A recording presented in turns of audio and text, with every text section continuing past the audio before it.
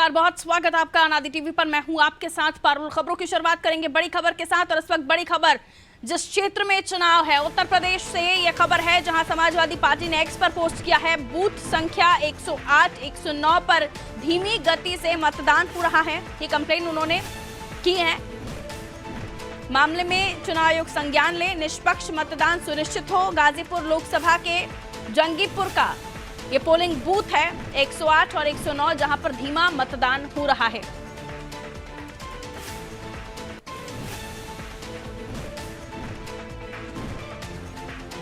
तो धीमी गति से मतदान हो रहा है, ये बताया जा रहा है। और इससे पहले एक और मामला सामने आया था जिसमें ये कहा जा रहा था कि एक बूथ को कैप्चर भी किया है। ये कंप्लेन भी कांग्रेसियों ने की थी और बीजेपी पर की थी। और चलिए, उत्तर प्रदेश की 13 सीटों पर मतदान हो रहा है। कोर पूर्वांचल का ये क्षेत्र है जहां पर 13 सीटों पर मतदान चल रहा है। एक वक्त था जब ये क्षेत्र बाहुबलियों के लिए जाना जाता था, लेकिन अब इस क्षेत्र में बाहुबलियों का नामो निशान नहीं है। या तो जेल में या तो ऊपर है, ये बीजेपी कहती है। और उसके साथ बीजेपी ये भी कहती है कि बाहुबलियों को, माफियाओं का तो खात्मा हुआ है और इसके साथ ही जनता बेखौफ होकर मतदान कर रही है। यह मुद्दा इस इलेक्शन में इस पूर्वांचल के इस फेज में उठा है। और जनता ने किन मुद्दों पर, क्योंकि एक मुद्दा यही नहीं है, कई सारे मुद्दे जिन पर प्रचार प्रसार में खूब ताकत झोंकी है राजनेताओं ने, दिग्गजों ने। मिलियन मेहमानों से जो हमारे साथ चर्चा में जुड़ रहे हैं, केसी जैन साहब हमारे साथ भारतीय जनता पार्टी से जुड़ रहे हैं, बहुत स्वागत केसी जैन साहब। हेमंत मिश्रा जी हमारे साथ जुड़ रहे हैं कांग्रेस से, बहुत स्वागत हेमंत जी आपका। आरिफ हबीब खान साहब बहुत दिनों बाद हमारे साथ जुड़ रहे हैं, बहुत स्वागत। सपा से आप हमारे साथ जुड़ रहे हैं सर, बहुत वेलकम। रोशन जमीर साहब हमारे साथ जुड़ रहे हैं, वरिष्ठ पत्रकार हैं आप। रोशन साहब बहुत स्वागत करती हूँ। रोशन साहब, 13 सीटों पर मतदान, कोर पूर्वांचल का ये एरिया जिसमें गोरखपुर सीट पर नजर है, मुख्यमंत्री योगी आदित्यनाथ का ये क्षेत्र गोरखपीठ सीट से कहा जाता है। प्रधानमंत्री नरेंद्र मोदी वाराणसी से चुनावी मैदान में, मिर्जापुर पर नजर है, अफजल अंसारी की सीट पर नजर है। कई सारी ऐसी सीटें जिस पर कहा जा रहा है कि कांटे की टक्कर है, तो कई सारी सीटों पर मुकाबला दिलचस्प भी है। क्या कहेंगे आप, इस 7वां और अंतिम चरण, इसके बाद सदी का ये सबसे लंबा चलने वाला चुनाव, उसका अंत हो जाएगा, 4 जून को नतीजे आएंगे, आप क्या कह रहे हैं सर? पारुल जी, सबसे पहले तो अनादि टीवी के तमाम दर्शकों को, हमारे पैनलिस्ट साथियों को और आपके सारे स्टाफ को मैं नमस्कार करता हूं। निश्चित तौर से ये 7वें चरण का जो चुनाव है, ये निश्चित तौर से इस चुनाव का अंतिम चरण है। तो मतदाताओं में भी उत्साह है और राजनेताओं में भी उत्साह इसलिए है कि अंतिम चरण का चुनाव है, तो पूरी ताकत पक्ष और विपक्ष दोनों ही झोंके हुए हैं। जहां तक प्रश्न है पूर्वांचल का, तो पूर्वांचल में चूंकि बहुत प्रतिष्ठित सीट, माननीय प्रधानमंत्री जी जो है वाराणसी से चुनाव लड़ रहे हैं और अन्य हस्तियां हैं, जैसे आपने अभी चर्चा किया गाजीपुर सीट से अफजल अंसारी की सीट पर भी नजर होगी, गोरखपुर से जो है रवि किशन साहब लड़ रहे हैं, और भी जगहों से सारे प्रत्याशी गणमान्य ही हैं। और मतदान का प्रतिशत, जहां तक मैं अभी आंकड़े आपने बताए हैं, तो मतदान लगभग यूपी में ठीक चल रहा है। 1-2 जगह पर जो ये झड़प हुई या मतगणना में कुछ दखल डालने की कोशिश की गई, इसकी मैं भर्त्सना करता हूं, चाहे जिस पार्टी ने किया हो, ये उचित नहीं है। जनता को अपना मत देने का पूरा अधिकार है और देना चाहिए। रह गई बात जहां तक इस चुनाव की अंतिम चरण की, तो जनता ने लगभग 6 चरणों में ये बता दिया कि वो किसके साथ हैं, किन मुद्दों पर लगभग चुनाव पूरा हुआ है। ये इस पर बहुत चर्चा करने से आज कुछ फायदा नहीं है, लेकिन निश्चित तौर से ये चीजें संकेत देती हैं कि कहीं न कहीं हर सीट पर कड़ी टक्कर है। इवन कि प्रधानमंत्री नरेंद्र मोदी जी की सीट वाराणसी पर कड़ी टक्कर है। ये बड़ी चौंकाने वाली बात पर सामने आई है। वजह यह है कि हम सभी ये मान रहे थे, लगभग चाहे पक्ष के नेता हो, विपक्ष के नेता हो या राजनीतिक विश्लेषक हो, लगभग हम लोग सभी शुरुआत से मान रहे थे कि माननीय प्रधानमंत्री जी की सीट बड़ी सुरक्षित है और बहुत कड़ी टक्कर कह रहे हैं। 5 लाख का मार्जिन था पिछली बार। हाँ जी बिल्कुल, हाँ। निश्चित तौर से मैं अपनी बात पूरी कर लूं अगर इजाजत हो। वहां पर आपने देखा कि अगर इतना सरल होता तो लगभग 7 राज्यपाल वहां पर डटे हुए हैं, पूरे के पूरे कैबिनेट लगभग वहां पड़ी हुई है, तमाम प्रशासनिक अमला और जितना कुछ है ये सारा का सारा वहां पर डेरा डाले हुए है। उसके बावजूद भी आप पारुल जी ध्यान दें कि 11 बजे तक का मत प्रतिशत जो वहां पर था वो लगभग 26% के लगभग था। मैं अभी दूसरे चैनल पर था तो वहां पर मुझे आंकड़े प्राप्त हुए थे। तो प्रधानमंत्री जी ने स्वयं अपील भी की थी और तमाम चुनाव आयोग ने और तमाम लीडर्स ने, सब पक्ष और विपक्ष के तमाम लोगों ने, लीडर्स ने अपील की थी। उसके बावजूद भी कई जगहों पर प्रधानमंत्री जी की सीट से भी ज्यादा अच्छा वोटिंग परसेंटेज रहा। एक चीज इसमें एक बात समझ में आई कि अगर उनकी सीट पर भी उनकी अपील का कुछ विशेष असर नहीं दिखाई पड़ रहा, मैं ये नहीं कह रहा हूं कि असर नहीं दिखाई पड़ रहा है, लेकिन विशेष असर नहीं दिखाई पड़ रहा है, रिमार्केबल कोई चेंज नहीं दिखाई पड़ रहा है, सेम उसी पैटर्न पर चुनाव चलता चला जा रहा है, तो निश्चित तौर से ये कहीं ना कहीं सत्ता पक्ष के लिए खतरे की घंटी दिखनी शुरू हो गई, जहां तक मैं समझ पाता हूं इस बात। ठीक है, आपका आकलन है, लेकिन आप किन समीकरणों के तहत ये बात रख रहे हैं ये नहीं बताया आपने रोशन जी। कौन से आप क्या देख रहे हैं? वोटर देख रहे हैं, विकास देख रहे हैं, या फिर आप आकलन कर रहे हैं कि एंटी इनकम्बेंसी है? जी, दो मुद्दों पर आपने शुक्रिया फिर से बोलने का मौका दिया। देखिए, इस चुनाव में लाख चाहने पर भी ना तो पक्ष के द्वारा उठाए गए मुद्दों पर वोटिंग हुई, ना विपक्ष के।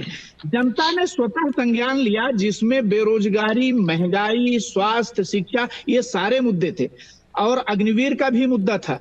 और इससे भी बड़ा फैक्टर जो था, वो लोग झूठे वादों से, तानाशाही से तंग जो आ चुके थे, एंटी इनकम्बेंसी फैक्टर जो था, इसने बहुत बड़ा काम किया है। और एक चीज ने, और जो मेरी समझ से जो भारतीय जनता पार्टी से थोड़ी सी रणनीतिक चूक हुई, उन्होंने उम्मीदवारों के सिलेक्शन पर उतना ध्यान नहीं दिया, क्योंकि सारा जो है दारोमदार माननीय प्रधानमंत्री जी के फेस पर ही वो चुनाव पहले से भी लड़ते आए हैं। अफसोस की बात, चेहरों का चयन नहीं हुआ, उसका आप वाराणसी सीट पर फैक्टर बता रहे हैं कि पीएम मोदी का चेहरा वाराणसी के लिए फिट नहीं बैठा। नहीं, अन्य सीटों की बात मैं कर रहा हूँ, माननीय प्रधानमंत्री जी तो वहां से वाराणसी का समीकरण पूछ रही हूँ कि यहाँ आप क्या आकलन कर रहे हैं? यहाँ पर वही मुद्दे हैं, जो है एंटी इनकम्बेंसी फैक्टर तीव्र गति से है, उसमें कोई कहने की बात नहीं है। बिल्कुल सड़कों पर लोग हैं, बताते हैं लोग इस बात। और जनता ने अपने मुद्दों को चुना। बिल्कुल महंगाई, बेरोजगारी, ये मुद्दा था, है और रह रहा है, ये बिल्कुल एग्जिस्ट कर रहा है। ठीक, केसी जैन साहब जवाब दीजिए, तमाम सवाल आपके सामने, और वाराणसी सीट को लेकर अभी रोशन जी ने अपना विश्लेषण रखा। कहिए सर। जी पारुल जी, देखिए, पहली बात तो ये है कि आप रोशन जी का विश्लेषण चाहे जिस चरण का देख लीजिए, ये एक भी सीट भारतीय जनता पार्टी को, एनडीए को दे ही नहीं रहे। और जो बात कांग्रेस कह रही है, जो बात अखिलेश यादव जी कह रहे हैं, वो बात भी नहीं कह रहे। ये तो बनारस भी हरा दे रहे हैं बैठे बैठे। पहली बार है जब आप ऐसी बातें कर रहे हैं। अखिलेश यादव जी कह रहे हैं 80 सीटें, 80 में से 79 सीटें जीत रहे, एक को खतरा है। और ये कह रहे हैं बनारस भी खतरे में है, रोशन जी ने तो ये भी बता दिया। तो खैर, इनके विश्लेषण को, इन्हें मुबारक हो इनका विश्लेषण। दूसरी बात ये है पारुल जी कि देखिए, आज जिन सीटों पे चुनाव हो रहा है, पूर्वांचल की जिन सीटों पे चुनाव हो रहा है, वो चाहे गोरखपुर हो, चाहे अनुप्रिया पटेल जी लड़ रही हैं मिर्जापुर हो, चाहे माननीय मोदी जी की स्वयं की सीट बनारस रही हो, तो ये जो चाहे सलेमपुर हो, बलिया हो, गाजीपुर हो, तो ये इनमें से तमाम सारे क्षेत्र ऐसे रहे हैं जो कि सिर्फ और सिर्फ वहाँ पे गुंडागर्दी के बल पर, वहाँ पे तमाम सारे लोग जो आतंकवादी गतिविधियों में शामिल रहते थे, इस तरीके की चीजों के रूप में उसकी पहचान हुआ करती। लेकिन पिछले 10 सालों में, और जो योगी जी का शासनकाल आया उसके बाद से, जिस प्रकार से माफियाओं का सफाया हुआ, ये अलग बात है कि माफियाओं के पक्ष में जिस प्रकार से समाजवादी पार्टी मैदान में उतरी, मुख्तार अंसारी की चरण वंदना करके उनको लगता है कि वो सीटें कुछ जीत लेंगे, कुछ बढ़त हो जाएगी, या तुष्टीकरण के नाम पे वो फिर से अपना झंडा लहरा पाएंगे। तो देखिए, धीरे धीरे समाजवादी पार्टी को जनता ने आईना दिखाया कि जहाँ पे 15-20 सीटें हुआ करती थी, वहाँ पे सिमट के 5 सीटें रह गई 2014 में।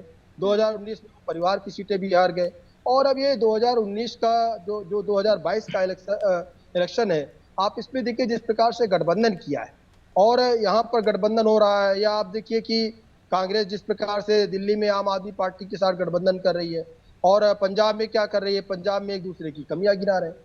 पंजाब में यही कांग्रेस पार्टी जाके कहती है कि सबसे ज्यादा भ्रष्टाचारी पार्टी है आम आदमी पार्टी है, सबसे ज्यादा लोग इनके जेल में है, इन्होंने तमाम सारे भ्रष्टाचार किए, सबसे भ्रष्ट पार्टी है ये, तो इस तरीके के आरोप लग रहे हैं। ऐसे में जो इनके गठबंधन के लोगों में टकराव की स्थिति है, ऐसा अभी तक कभी नहीं देखा। अगर गठबंधन है तो गठबंधन है, विरोध है तो विरोध है। अगर सामने उतर रहे हैं मैदान में तो सब जगह उतर रहे हैं, और गठबंधन में तो सब जगह पे साथ में आ गए। लेकिन आप चाहे महाराष्ट्र का देख लीजिए चुनाव, चाहे आप वेस्ट बंगाल में देख लीजिए, ये भी कह रहे हैं कि हम साथ साथ में हैं और साथ साथ में है भी नहीं। 1 तारीख को मीटिंग हुई, उस 1 तारीख को जब मीटिंग की बात हुई कि मीटिंग रखेंगे, तो उसमें भी ममता जी ने साफ कह दिया कि भाई हम नहीं जा रहे हैं 1 तारीख की मीटिंग में। तो गठबंधन के सारे लोग कह रहे हैं कि भाई हम जाएंगे। तो ये विरोधाभास शुरू से दिखाई दे रहा है। विरोधाभास क्यों दिखाई दे रहा है? इसका सबसे बड़ा कारण है कि ये जो गठबंधन है, गठबंधन की लेकिन यूपी में तो साथ आ रहे हैं ना सर, यूपी की 13 सीटों पर तो ये उनका दूसरे राज्यों में अलगाव अफेक्ट नहीं कर रहा ना।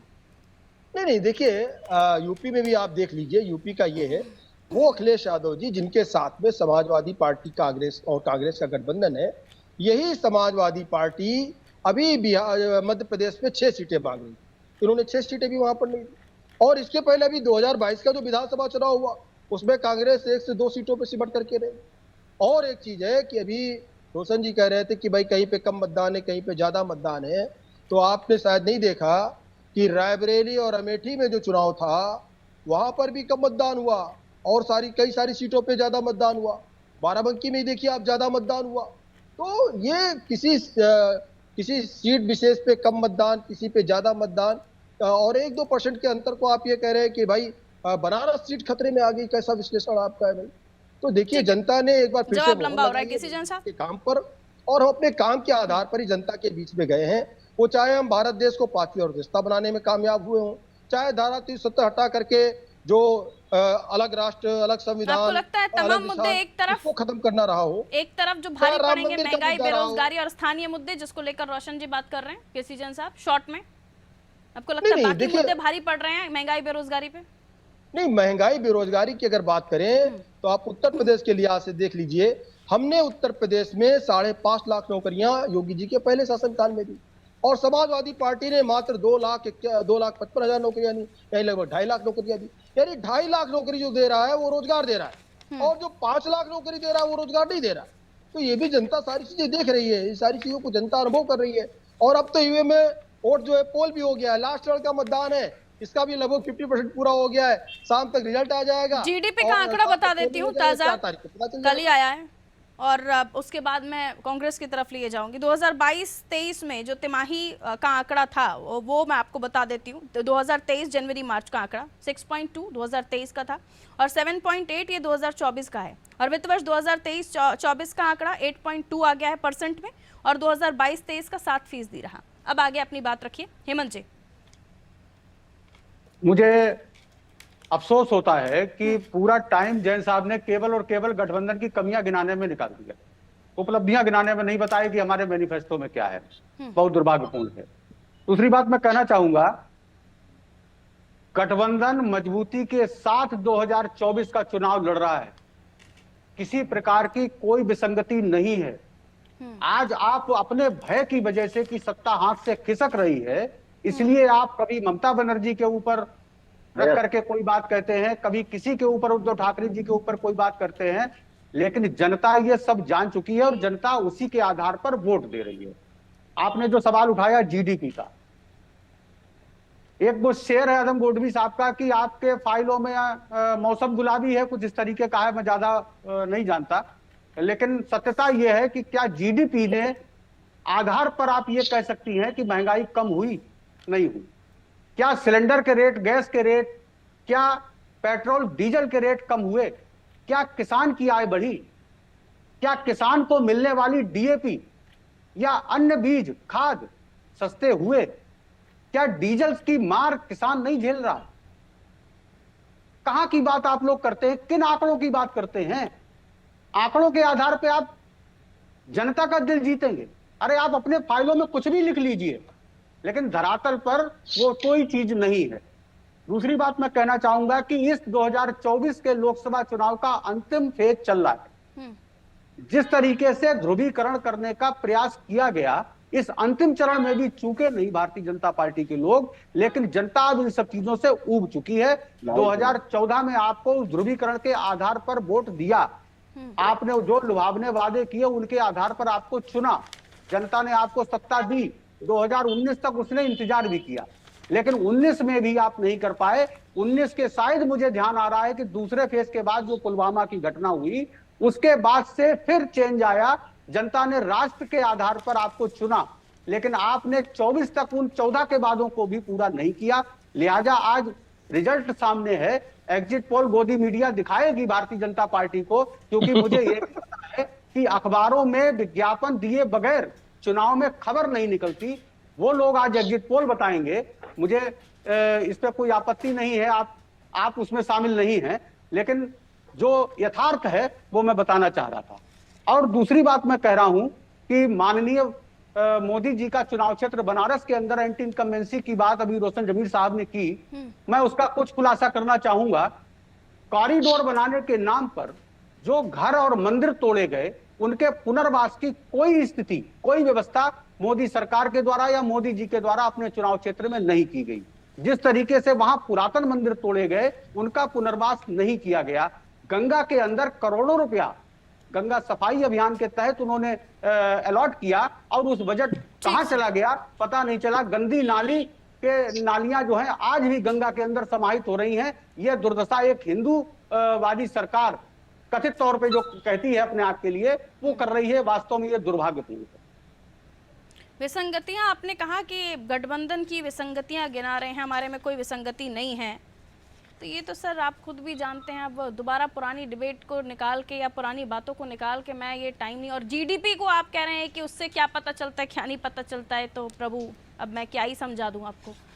खैर, लेकिन जनता इससे अगर आप कह रहे हैं कि कोई फर्क नहीं पड़ता, आंकड़े जो भी हो, पहले का फिर स्टेट में आप लोग मत गिनाया कीजिए, अपने राज्यों में जो ग्रोथ रेट है उसको मत गिनाया कीजिए, फिर वहां के आंकड़े देखकर फिर पीठ मत थपथपाया कीजिए। पावर केंद्र सरकार की ज्यादा है।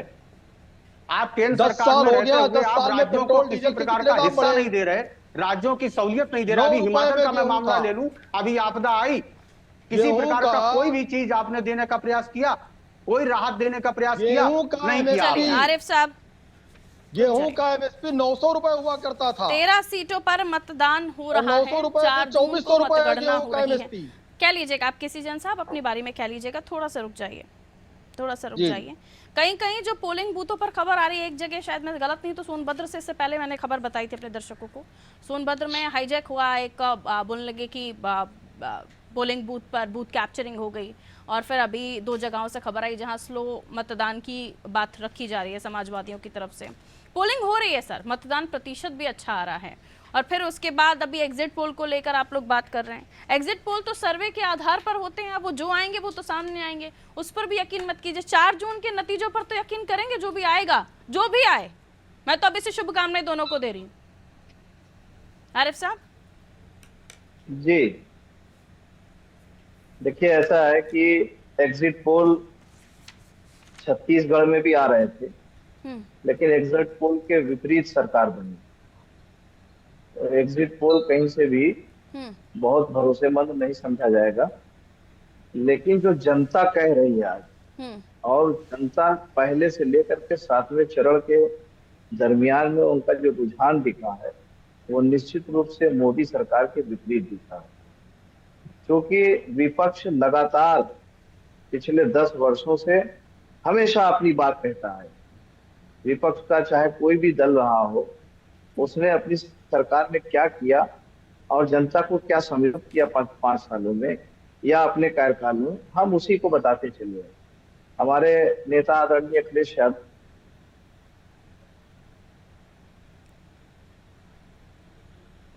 आरिफ साहब, आपका नेटवर्क डिस्कनेक्ट हुआ है, लौटूंगी मैं आपके पास, दोबारा आपसे बात करेंगे। केसी जैन साहब जी जवाब दीजिए। नहीं, देखिए पारुल जी, पहली बात तो ये कि एग्जिट पोल से अभी से सारे की सारे विपक्षी भागने लगे और ये ईवीएम पे भी सवाल उठाएंगे। 4 तारीख को रिजल्ट आने के बाद में जिस प्रकार से लगातार कहते हैं, चाहे समाजवादी पार्टी हो चाहे कांग्रेस हो, ये लगातार जिस प्रकार सवाल उठाते हैं, ना तो इनको देश की न्यायपालिका पे भरोसा है, ना तो देश के संविधान पे इनको, ना संवैधानिक व्यवस्था पे भरोसा है। जब ये चुनाव हार जाते हैं संविधान खतरे में आ जाता नहीं, वो अभी हेमंत जी कह रहे थे CBI फाइलों जांच में कर दे। मौसम गुलाबी है, जमीन पर हकीकत देखिए। अरे लखनऊ में ब्रह्मोस मिसाइल बनने जा रही है पारुल जी। हम्म। अभी तक हम डिपेंडेंट थे बाहर से कि हम सारे हथियार आयात करते थे केवल। आज भारत देश तमाम सारे देशों को हथियार और हथियारों के पार्ट्स निर्यात कर रहा है। आज हम 5वीं अर्थव्यवस्था बन करके उभरे हैं। आज जो अलगाववादी ताकतें थी जम्मू कश्मीर में वो अलग थलग पड़ी हैं, उनके साथ वहां की जनता नहीं खड़ी है। जनता आज हमारे साथ में है। वहां पे भी इलेक्शन हो रहा है, आप देखिए कितनी शांतिपूर्ण तरीके से इलेक्शन हो रहा है, जनता खुल करके भाग ले रही है। ये उपलब्धियां छोटी उपलब्धियां नहीं है कि धारा 370 को समाप्त करके वहां पे जनता पे भरोसा जीतना, और तक साथ ही झूठ साथ बोलेंगे? जिस प्रकार से विकास हुआ, जिस प्रकार से डेवलपमेंट हुआ है, ठीक है। जनता उसके साथ वापस में आ है। गए हैं, और जनता ने जो आरिफ साहब पोलिंग की है उस उनकी तरफ पोलिंग पे चले भी जाते भरोसा नहीं है। पहले से भाग रहे एग्जिट पोल पे, कह रहे गोदी मीडिया कोई नाम दे रहा है, कह रहा है एग्जिट पोल पे भरोसा नहीं है। अरे हो मैंने सकता है मैंने exit poll मैंने कहीं पे- पूछा कि 4 जून के जो नतीजे आएंगे उस पर भरोसा करेंगे आरिफ साहब? इंडिया अलायंस उस पर भरोसा करेगा? निश्चित रूप से हमें उम्मीद है कि 4 जून को हिंदुस्तान में एक क्योंकि नया अभी से ही सूरज विपक्ष उगेगा। के कुछ नेता ये कह रहे जो हैं कि पहले इंडिया बैलेट पेपर गठबंधन की के रूप काउंटिंग में। कराइए, पहले ईवीएम वीवीपैट की पर्चियां काउंट कराइए, उसके बाद उसका बता दीजिए, उसके बाद आप ईवीएम के नतीजे बताइए। इस तरह के अभी कमेंट्स आना शुरू हो गए, इसलिए मैंने पूछा आपसे पहले ही। देखिए ऐसा है कि ईवीएम को लेकर के जब भारतीय जनता पार्टी की सत्ता आई है देश और प्रदेश में, ईवीएम पर सवाल उठते रहे, तो निश्चित रूप से जिन्हें शंका है वो अपने सवाल करेंगे। लेकिन मुझे यकीन है कि इस बार यूपी में 2000 सपा को शंका है कि नहीं है? फिर 4 जून को भी पूछ समाजवादी लूंगी ना एक बार पार्टी आपसे, याद को दिला जो भी दूंगी। शंका जो भी शंका है उस पार्टी वो सवाल बराबर उठाती रहती है। नहीं, अभी जनता इस के हित चुनाव में। में तो आप निष्पक्ष पूरा रूप से फेज हो गया मतदान ना, हो, निष्पक्ष रूप से काउंटिंग। शाम तक स्थितियां और भी स्पष्ट हो जाएंगी। बिल्कुल, जहां कोई बिल्कुल। दिक्कत थी, हम जली ये थी सवाल ईवीएम, गाड़ी उठाते गई रहेंगे थी। कि निष्पक्ष रूप से पारदर्शिता के साथ काउंटिंग होनी चाहिए। मैं सवाल उठाता रहूं और समाजवादी पार्टी क्या पूरा देश उठाता रहेगा, क्योंकि भारतीय जनता पार्टी के ऊपर विश्वास नहीं है। 6% वोट बढ़ा दिया, किस आधार पे बढ़ा दिया, इसका जवाब मुझे देंगे आप? 6% वोट किस आधार? चुनाव आयोग ये तो चुनाव आयोग और माननीय के प्रधानमंत्री जी चुनाव आयोग की नहीं, मैं ये आप सवाल कर रही हैं, आप तो सवाल चुनाव आयोग जवाब देगा। आप हाँ, मेरे वही मैं कह सवालों रही का हूँ, मेरी चुनाव टिप्पणी आयोग का से जवाब पूछना चुनाव पड़ेगा आयोग ना, देगा, यही जवाब तो मैं भी जवाब कह नहीं रही हूँ। देना।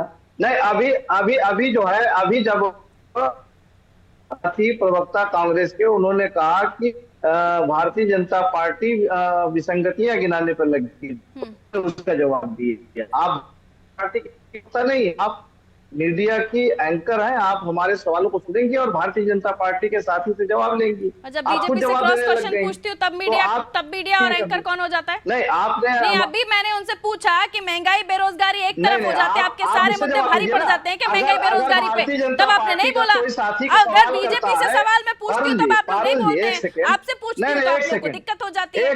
बराबर से देखा कीजिए ना, एक तराजू में एक तराजू का पलड़ा भारी मत किया कीजिए अपने मेरे तरीके से। सवालों को समझिए। हाँ, तो अब आप आरोप मत लगाइए मुझ पर, मेरे सवालों को बिल्कुल आप आरोप समझिए। मत लगाइए, अपनी मैं क्या बात कह रहा रखिए। हूँ? मैं पूछूंगी मुझे जो पूछना है आपसे भी कोई और आरोप बीजेपी नहीं से लगा भी। रहा हूँ, मैं कोई आरोप नहीं लगा रहा हाँ, हूँ। मैं जो मुझे मैं कोई पूछना होगा, आरोप मुझे नहीं लगा बीजेपी रहा से हूँ। पूछना अभी होगा, मैं पूछूंगी, आपसे हेमंत पूछना मिश्रा जी ने होगा, जब सवाल आप कहते किया रहिए जिसको जो तो कह रहे हैं। आप जवाब देने लग गए। हाँ, यह सवाल का जवाब मैंने भारतीय उनको भी जनता पार्टी पूछा, के साथी से आपको पूछना मैंने चाहिए। उनको आप भी भारतीय पूछा। जनता पार्टी की प्रवक्ता नहीं।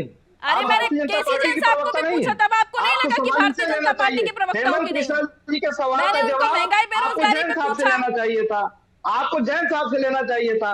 जो सवाल चुनाव आयोग से, वो चुनाव आयोग जवाब देगा। आप क्यों मैंने देंगे वही, जवाब? अरे सर पूरी बात जो तो भारतीय सुनिए जनता ना, पार्टी से कान सवाल खोलकर उठाएगा, डिबेट में भारतीय जनता बैठक पार्टी के कीजिए। साथी देंगे। आरिफ नहीं, साहब, आप सवाल कानों जवाब नहीं कर को सकते। ठीक करके और आप खोल मेरे के बैठक सवालों का कीजिए। जवाब- मैंने वही कहा कि ये जवाब तो चुनाव आयोग देगा, आपने सुना ही नहीं उसे। मैंने भी यही कहा कि ये जवाब तो चुनाव आयोग देगा। नहीं, आपकी बात मैंने, अरे मैं रिकॉर्डिंग भेज दूंगी आपको। नहीं नहीं, क्या होता है, आप जो बोले सब सही।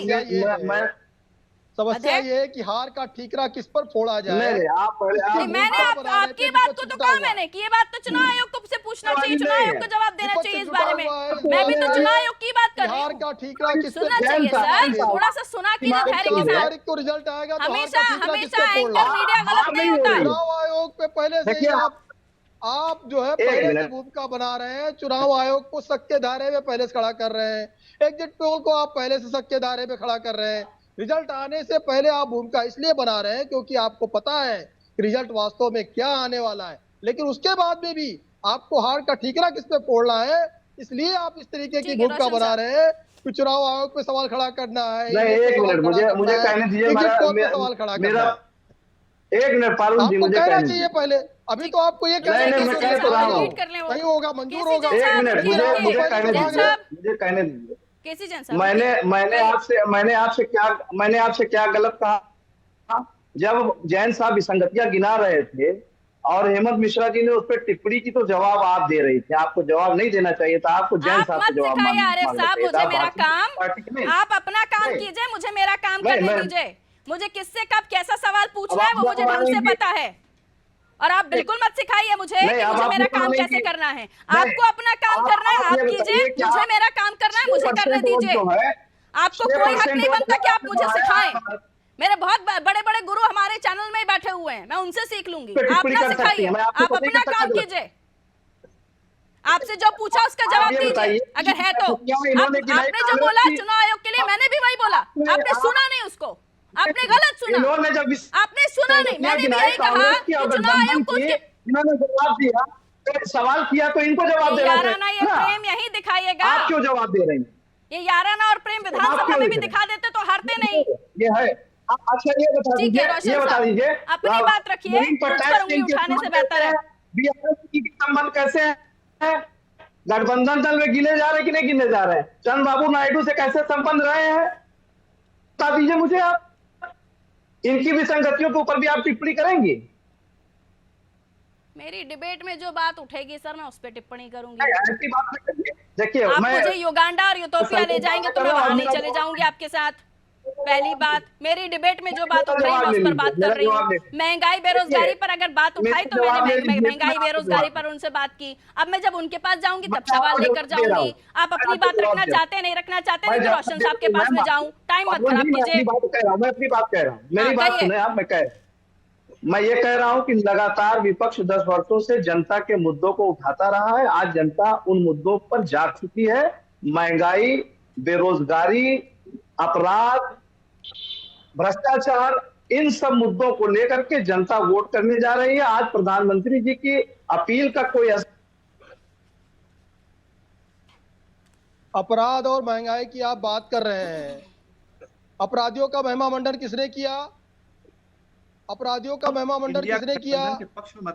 मुख्तार अंसारी के होने के बाद में भी उनकी चरण वंदना करने कौन जाता है? अपराधियों का महिमा मंडन कौन कर रहा है? माननीय बनाने का काम किसने किया? अपराधियों को माननीय बनाने का काम समाजवादी पार्टी ने किया। अपराधियों को महिमा मंडन करने का काम समाजवादी पार्टी ने किया। और जब भी कोई अपराधी के ऊपर कार्रवाई होती है, यादव जी मैदान में आ जाते हैं, उसकी जांच बताने लगते हैं।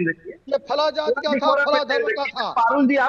अखिलेश यादव जी मैदान में आ जाते हैं, रोशन साहब के पास जाते हैं, धर्म बताने लगते हैं। डिबेट से बचिए, अपनी अपनी बारी में अपनी बात रखिए। आपको नहीं टोका, मैंने तो नहीं टोका आपको।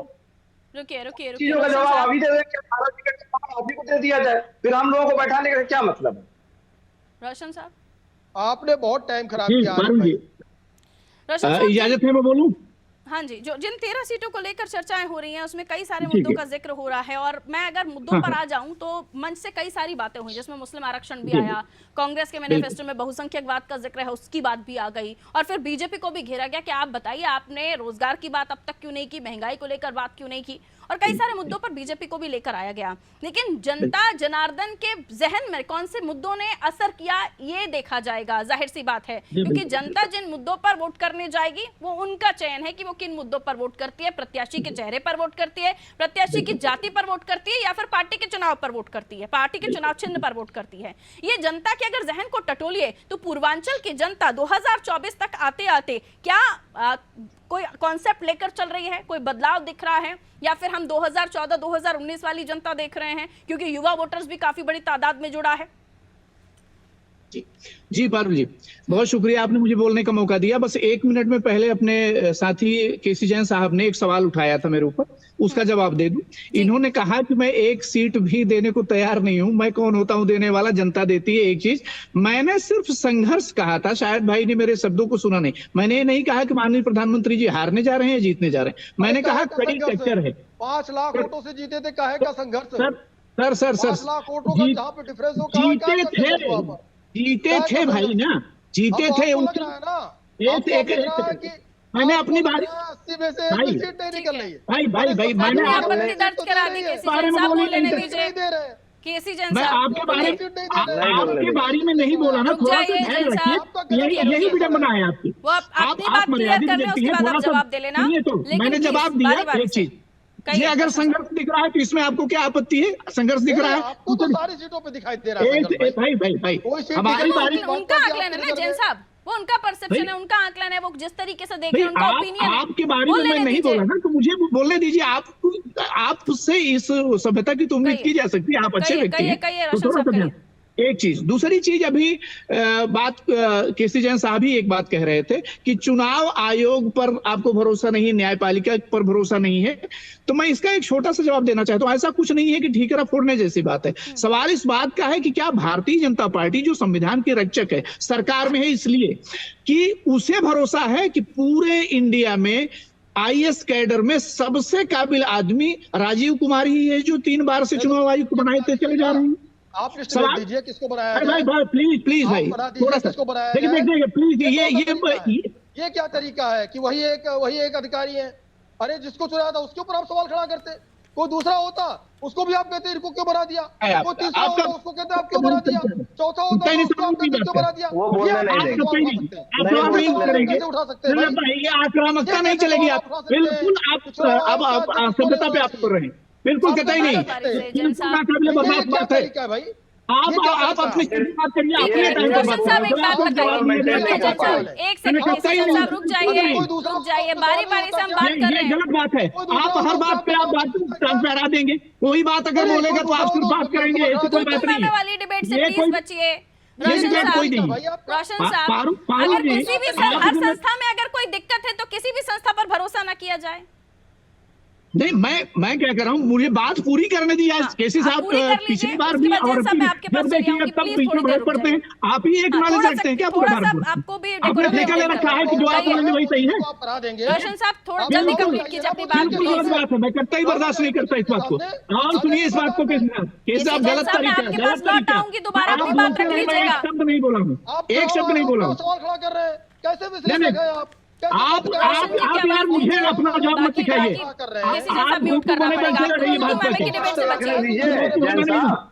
आप अपनी म्यूट करना पड़ेगा। आप अपनी बात कंप्लीट कर लीजिए जल्दी प्लीज।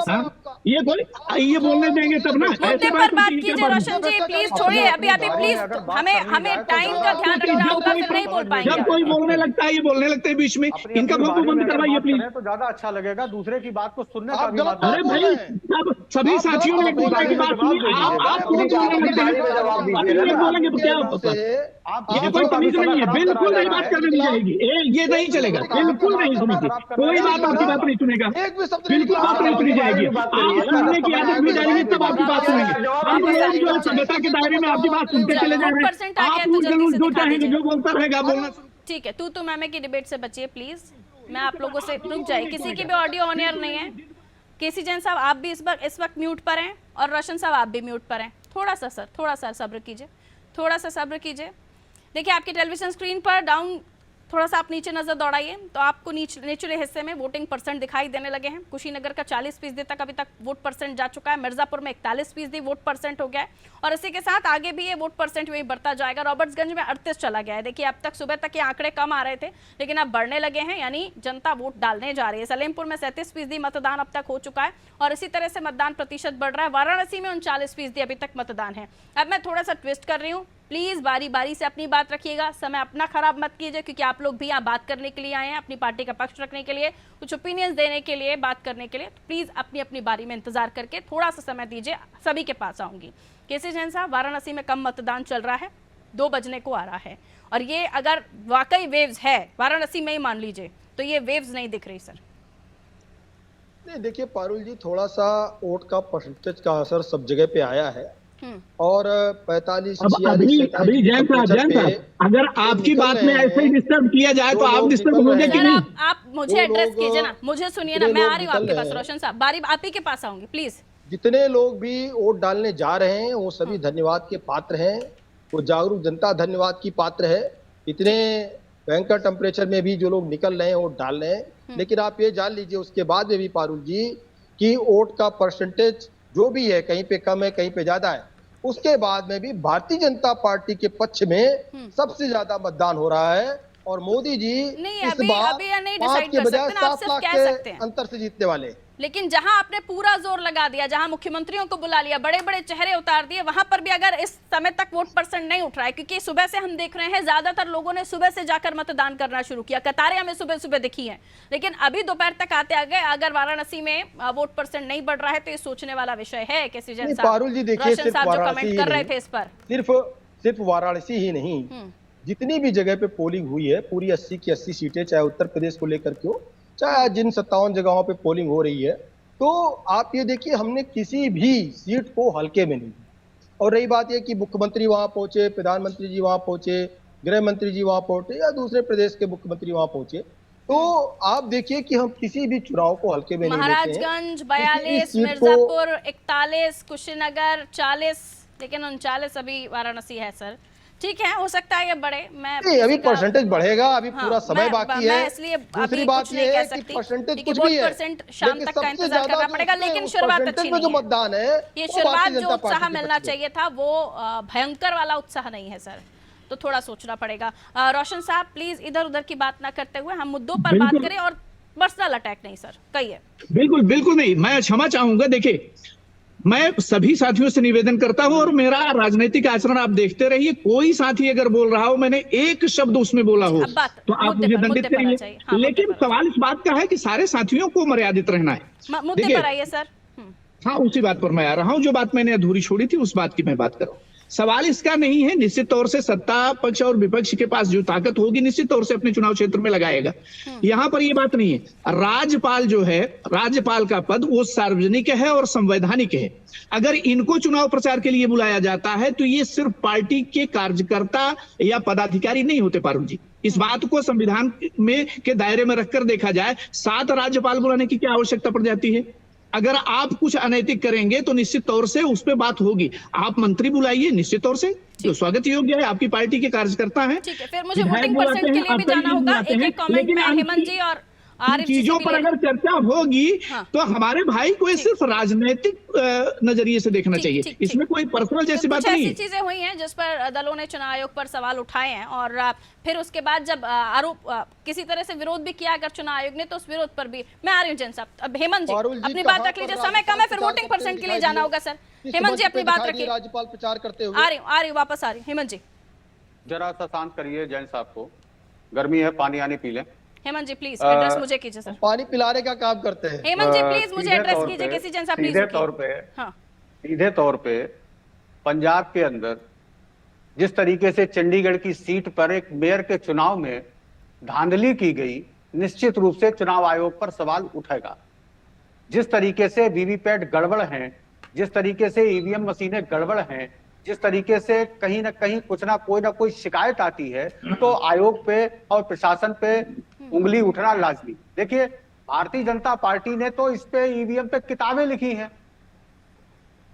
हम लोग तो केवल विरोध कर रहे हैं, उन्होंने तो किताबें लिखी हैं। अडवाणी जी से पूछिए, शिक्षा लीजिए। सर चुनाव आयोग ने फिर ईवीएम हैक वाली खबर बात पे बुलाया भी था ना दलों को, फिर वही बात आ जाती है। ठीक है, देखिए बुलाने के बाद कांग्रेस पार्टी ने और इंडिया गठबंधन ने काफी लंबे समय तक उनको दे करके प्रपोजल दिया बुलाने के लिए। आज तक उनको मौका नहीं मिला। ठीक है, आज तक उनको मौका नहीं मिला। आरिफ जी, और दूसरी बात, मैं 10 सेकंड में अपनी बात खत्म कर दूं, 10 सेकंड में अपनी बात खत्म कर दूं। वापस आऊंगी सर, वोट परसेंट दिखाने के बाद फिर हम कमेंट ले लेंगे आपसे। ठीक है आरिफ जी बोल लीजिए। इंडिया गठबंधन को वोट, आपके सहयोगी हैं सर सपाई, बोलने दीजिए, बोलिए आरिफ साहब। सवाल क्या है बताएं। सारा समय तो आप जो है भारतीय जनता पार्टी के प्रवक्ता को दे दिए।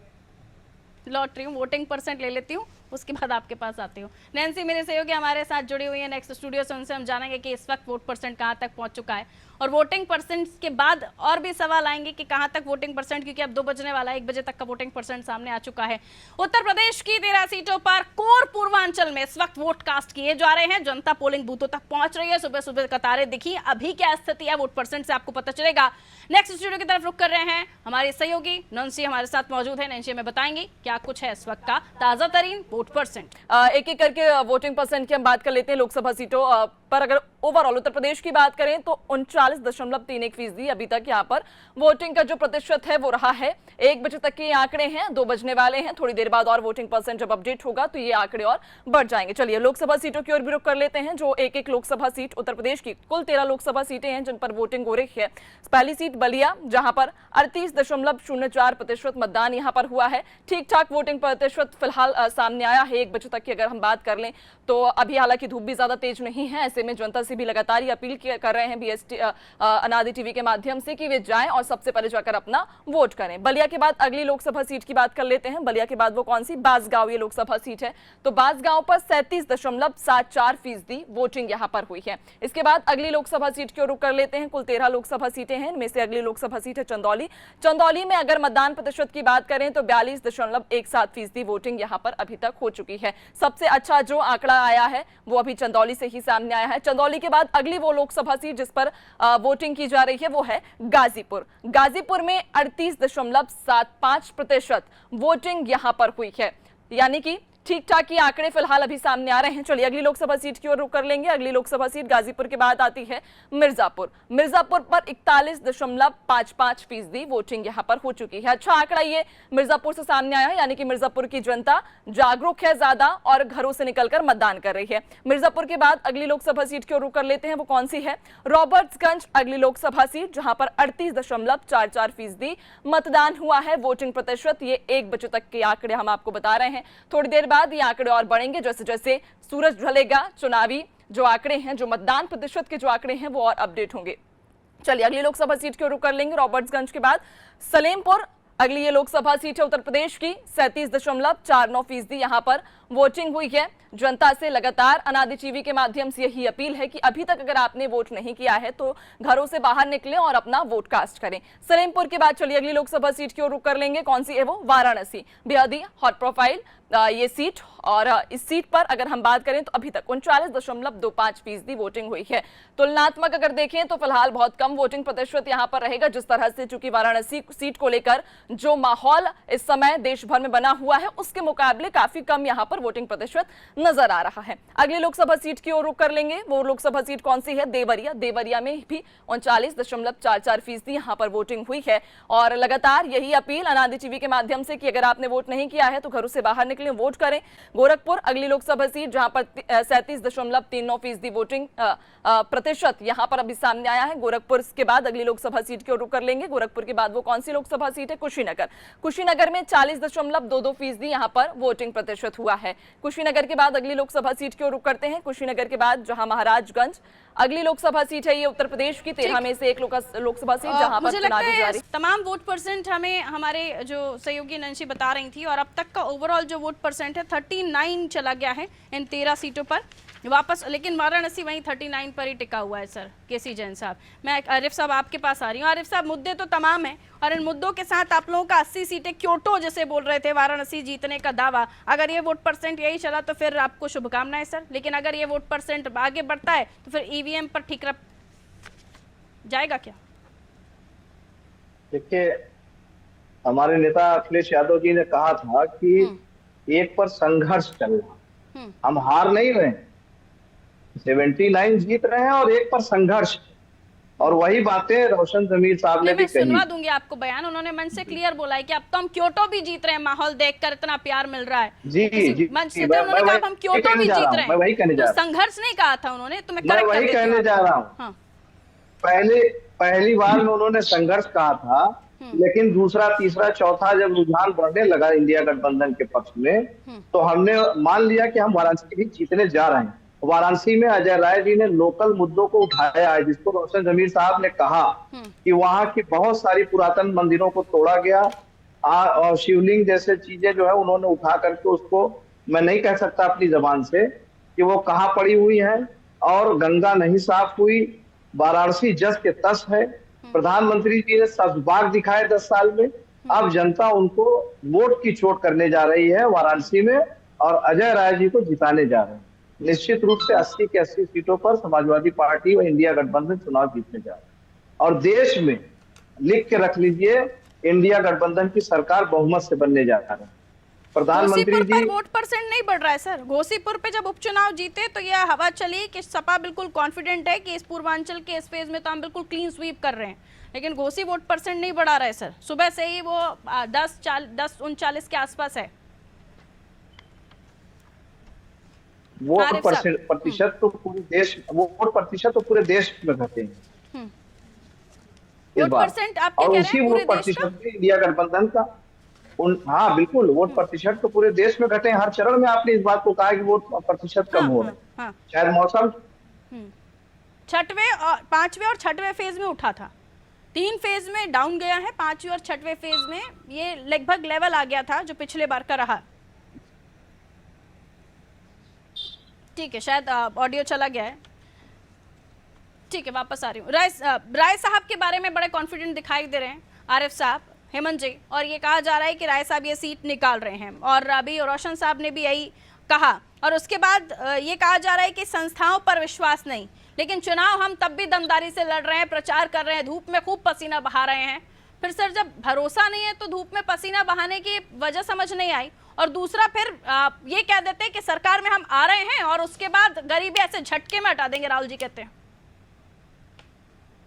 देखिए, कौन सा हम झटका है सर, फॉर्मूला कौन सा है?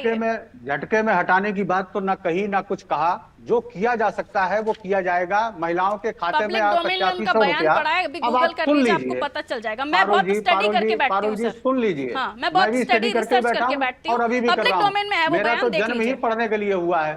वकालत का पेशा ही है साहब, जिसमें पढ़ना ही पड़ता है। सुबह से लेकर शाम तक, बचपन से लेकर अब तक पढ़ ही रहा हूँ और सीख ही रहा हूँ।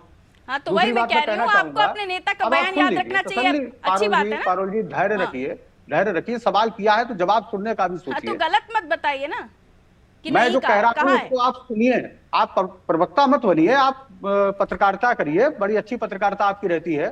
मेरा केवल सबमिशन इतना है कि काशी की जनता काशी के राय को वोट दे रही है। क्यों दे रही है? 10 साल के अंदर जो एंटी इनकम्बेंसी है, 2014 में जिस तरीके से मोदी जी को प्रधानमंत्री पद तक पहुंचाया गया, लेकिन वो जनता के द्वारा, जनता से किए गए दावों पर खरे नहीं उतर पाए। काशी की जनता का, काशी में भी युवा रहते हैं, काशी में भी महिलाएं रहती हैं, काशी में भी श्रमिक हैं, काशी में भी किसान हैं। जब देश का किसान परेशान है तो क्या काशी का किसान अलग से थोड़ी ना मोदी जी ने कर दिया? अरे उसको भी गारंटी चाहिए ना, उसको भी खाद सस्ती चाहिए, बीज सस्ता चाहिए, उसको भी डीजल सस्ता चाहिए। तो जो मुद्दे कामोबेश पूरे हिंदुस्तान में हैं, वही मुद्दे बनारस के अंदर भी हैं। आज बनारस की जनता उनसे ये सवाल पूछ रही है कि गंगा में 1 करोड़ रुपए का बजट दिया गया, लेकिन आपकी पार्टी के सांसद उमा भारती जी, पूर्व मुख्यमंत्री रही, उन्होंने सवाल उठाया उसके ऊपर। ये कोई मैं नहीं कह रहा, ये उनका बयान है। और इस जिस तरीके से काशी की जनता में काशी के विकास से वोट नहीं मिलेगा जैन साहब। गंगा की सफाई और भी तमाम मुद्दे हैं वहां पे, बाहरी तो बड़ा मुद्दा है। अब इस पर जवाब दीजिए, वोट परसेंट भी नहीं बढ़ रहा है। देखिए पारुल जी, पहली बात ये है कि अगर 100 में से 50 लोग वोट देते हैं तो ये निश्चित नहीं होता कि 50 लोग किसको वोट दे रहे हैं। तो वोट परसेंटेज की जहां तक बात है, हम फिर वही बात कह रहे हैं कि जो भी वोट पोल हो रहा है उसमें से बड़ी संख्या में लोग मोदी जी को चुन रहे हैं, भारतीय जनता पार्टी को चुन रहे हैं। दूसरी बात ये पैमाना आपके पास अभी है? बात कह रहे थे, अब सुन लीजिए, मैंने आपको सुना। ये पैमाना आपके पास है कि जो 50 लोग वोट दे रहे हैं, दूसरी बात ये है, मतलब ये पैमाना नहीं है किसे वोट दे रहे हैं। आप जो कवायद आज से गढ़ रहे हैं ना, ये सुनिएगा, आपको एक झटके से आपको ईवीएम पे भरोसा नहीं। हिंदुस्तान से हम गरीबी को मिटा देंगे। ये आपके लिए था केसी जैन साहब, क्या लीजिए। तो आप देखिए कि आप मुझे 10 सेकंड का समय आपके बाद दे दीजिए। आऊंगी भरोसा भी इसलिए कहती हूँ, हमेशा आप चंडीगढ़ का मीडिया में बैठे हुए एंकर्स गलत नहीं होते सर। आप बार-बार चंडीगढ़ का सवाल उठाते हैं, अच्छी बात, तब तो आपको न्यायपालिका पर भरोसा होना चाहिए। लेकिन जब केजरीवाल जी जेल जाते हैं केजरीवाल जी के लिए सबसे ज्यादा भ्रष्टाचारी आपने कहा। पहली एप्लीकेशन आपने लिखी कि भाई इनकी जांच होनी चाहिए, शराब घोटाला किया। सत्ता की लोलुपता में आपने गले लगा लिया। आपने ठीक है। क्या किया? इसी तरीके से आरजे जो है आप उत्तर प्रदेश में युवाओं को रोजगार पे आप बता दीजिए, बाकी आप मत बताइए। रोजगार पर जवाब उत्तर दीजिए। प्रदेश में रोजगार की बात बता दीजिए। इन्वेस्टर आप समिट रोजगार में की बात इन्वेस्टमेंट मत नहीं बताइए। आया, उस पर जवाब रोजगार दीजिए का किसी मैंने जन साहब। डाटा। युवाओं को रोजगार के लिए लाठी निवेश चली नहीं है, आया। इस पे जवाब दे दीजिए। महंगाई बढ़ रही है। अब ये इसका 30 सेकंड्स में जवाब देना, लेकिन आपको जी जी जी, देखिए ये तो वो पार्टी है कि इन्होंने 4 बार इन्वेस्टर्स मीट की। नहीं बताएंगे, उत्तर प्रदेश में एक भी इन्वेस्टर्स मीट समाजवादी ये पार्टी ने नहीं की। बताएंगे, ये क्योंकि बाहर इनके पास जवाब ही नहीं है। अरे सुन लो भाई, अब 30 सेकंड का दिया है समय। जवाब ही नहीं मैंने है। आपके बीच में नहीं बोला, सुन लीजिए। जवाब ही दे रहा हूँ, कुछ अलग की बात नहीं कर रहा हूँ मैं। जो सवाल 4 पूछा बार गया उसका इन्वेस्टर्स मीट जवाब दे हुई, दीजिए। एक भी इन्वेस्टर्स मीट उत्तर प्रदेश में क्यों नहीं हुई? फेल। सब बाहर जा जाकर करके अखिलेश सर यादव जी इधर उधर क्यों जा रहे हैं क्योंकि किसी यहाँ जन गुंडा साहब? राज था ना। इधर उधर मत गुंडा जाइए, राज था। थोड़ा मुद्दों पर भी गुंडा राज बात का कीजिए। सफाया हुआ, यहाँ रोजगार भी बढ़ा, इन्वेस्टमेंट भी यहाँ चलिए, पर आया। रोशन साहब एक जैन छोटा साहब कमेंट आपका, बहकाइए फिर मत। उसके बाद मुझे इजाजत जैन दीजिए। साहब बहकाइए मत, पूरे ढाई रोशन बहकाइए जी मत। एक छोटा कमेंट आपका। नहीं जैन साहब बहकाए मत, आप बहकाए मत, राजनीतियां बहकाए मत।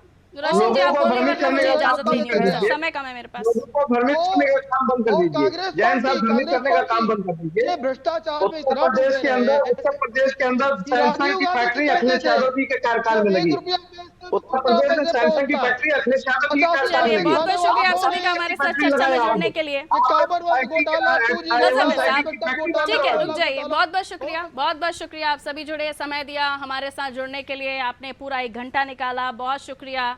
गर्मी बहुत है, अपना ख्याल रखिए, टेम्परेचर मत बढ़ाइए, डिबेट में बहुत हाई हो जाते हैं। तो उत्तर प्रदेश की हम बात कर रहे थे, 13 सीटें, और ये नया नहीं है। हर बार की तरह इस बार भी मीडिया को और एंकर्स को कोसा जाता है। इस बार भी ऐसा ही हुआ है, बहुत ज़्यादा नहीं, लेकिन हाँ, क्योंकि जब एक एंकर, एक पत्रकार जब बात करता है तो अपने मन से, अपने दिल की बातें नहीं कर रहा होता है। उसने बीजेपी ने जो कहा होता है उस पर पूछता है, देश में क्या चल रहा होता है उस पर पूछता है, और उसके अलावा विपक्ष ने क्या कहा है वो सत्ता पक्ष से सवाल करता है। लेकिन उसके बाद भी कोसा हमेशा एंकर ही जाता है। खैर, मैंने प्रूफ के साथ बात की और प्रूफ सुना भी दिया कि मैंने जो कहा वो दरअसल राहुल गांधी ने कहा था। इसलिए हेमंत जी को सोचना चाहिए कि हर बार आप सही नहीं होते। दीजिए इजाजत, नमस्कार। वोटिंग चल रही है, जरूर जाइएगा मतदान करने के लिए। अगर आपके आसपास, आपके संसदीय क्षेत्र में वोट कास्ट किए जा रहे हैं, निकलिएगा जरूर। गर्मी है लेकिन सबसे पहले मतदान। नमस्कार।